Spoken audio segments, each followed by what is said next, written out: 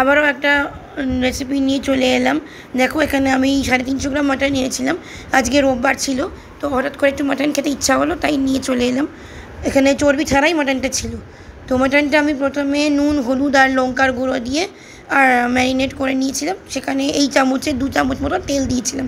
তেলটা দিলে একটু ম্যারিনেটটা করতে সুবিধা হয়, তা না হলে শুকনো শুকনো হয়ে যায়। তো ম্যারিনেট করে আমি 30 মিনিট রেখেছিলাম। তো তোমরা চাইলে 1 ঘন্টাও রাখতে পারো বা আগের দিন এনেও ম্যারিনেট করে রেখে দিতে পারো, কোনো অসুবিধা নেই। আমি দিনের দিন এনেছিলাম, মানে আজকেই সকালবেলা এনেছিলাম, তো সেই জন্য আমি 30 মিনিট ম্যারিনেট করেছিলাম। সময়ও বেশি ছিল না। তো দেখছো কড়াইতে আমি তেল দিয়ে দিয়েছি, অল্প তেল দিয়েছি। তোমরা চাইলে আর একটু বেশি তেল দিতে পারো। এখানে পেঁয়াজ কুচি দিয়ে দিয়েছি, একদম পাতলা পাতলা করে পেঁয়াজগুলোকে কেটেছিলাম। তো সেটাকে দিয়ে দিয়েছি তেলের মধ্যে, দিয়ে ভালো করে ভাজতে হবে। তোমরা চাইলে লাল লাল করে ভাজতে পারো, তাহলে আর একটু টেস্টটা বেশি হবে। আমি এখানে অল্প করে ভেজেছি, যেমন নর্মাল ভাজি তার থেকে একটু বেশি ভেজেছিলাম, তবে লাল লাল করে ভাজিনি।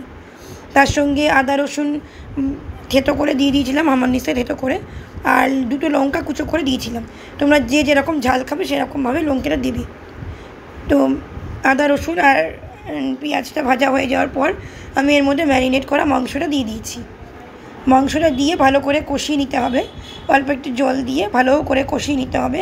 যখন দেখবে কষানো হয়ে গেছে, একটু মাংস থেকে একটু তেলও ছেড়ে এসছে, তখন এটা পুরোটাকে নিয়ে প্রেশার কুকারে ট্রান্সফার করে দিতে হবে। যেহেতু মাটন প্রেশার কুকারে দিয়ে সিদ্ধ না করলে হবে না, সিদ্ধটা ভালো করে হবে না। গ্যাসেও তোমরা করতে পারো, কিন্তু অনেক টাইম লাগে আর গ্যাসও অনেক খরচা হয়েছে।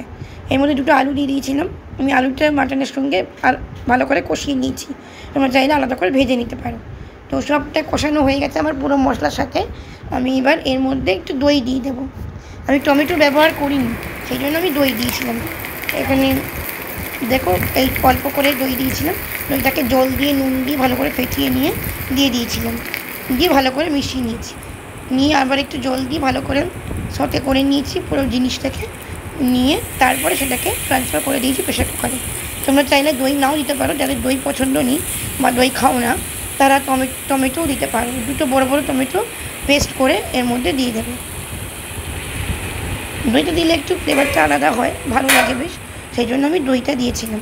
তো দেখো পুরো ব্যাপারটাকে আমি প্রেশার কুকারের মধ্যে ট্রান্সফার করে দিয়েছি। দিয়ে এখানে একটু নাড়িয়ে চাড়িয়ে নেব, নিয়ে পরিমাণ মতো জল দিয়ে দেবো। আমার এখানে জলটা দেওয়া একটু বেশি হয়ে গেছিলো, তো তোমরা চাইলে অল্প করে জল দিও, মানে একদম টাই মাপে জলটা দিও। আর আমি এখানে 5 থেকে 6খানা সিটি দিয়েছিলাম, তোমরা 7টা থেকে 8টা সিটি অবধি দিতে পারো। এখানে দেখো আমি মিট মশলা দিয়েছিলাম টেস্টের জন্য, তোমরা চাইলে নাও দিতে পারো।